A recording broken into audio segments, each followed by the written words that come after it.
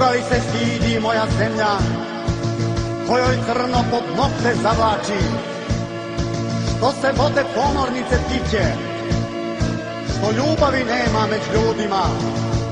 Šta li sada Austrija sprema, da li misli na Srbiju silom?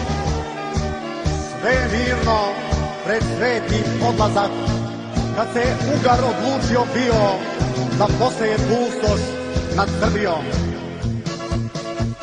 Misli, sumnje, Gavrila pritisle, u Prokuplju ruke izveštio, preko cera jezdi na Miljacku da iščupa korenj što je muti, makar mu se srce istopilo.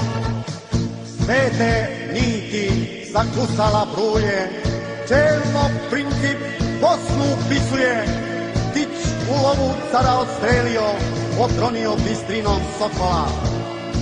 Hvatali ga i zveri i garde, bezbroj mreža čeličnih kovali i sinđirom prsa okitili.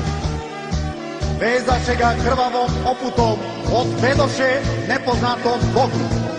U okove staviše tamničke, da iščezne pre sudnjega dana.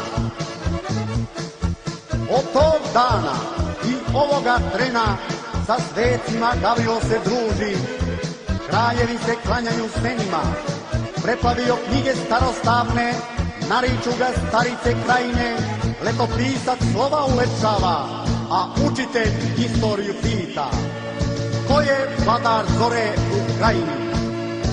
Junak što se druži sa zvezdama, Krakovom u cvetnjak domovine, grli decu podobljali parom, štit mu jači od 100 munja, misli mu se umne nebom roje, pa prenosi junaštvo i srce u nasledstvo dedovine svoje.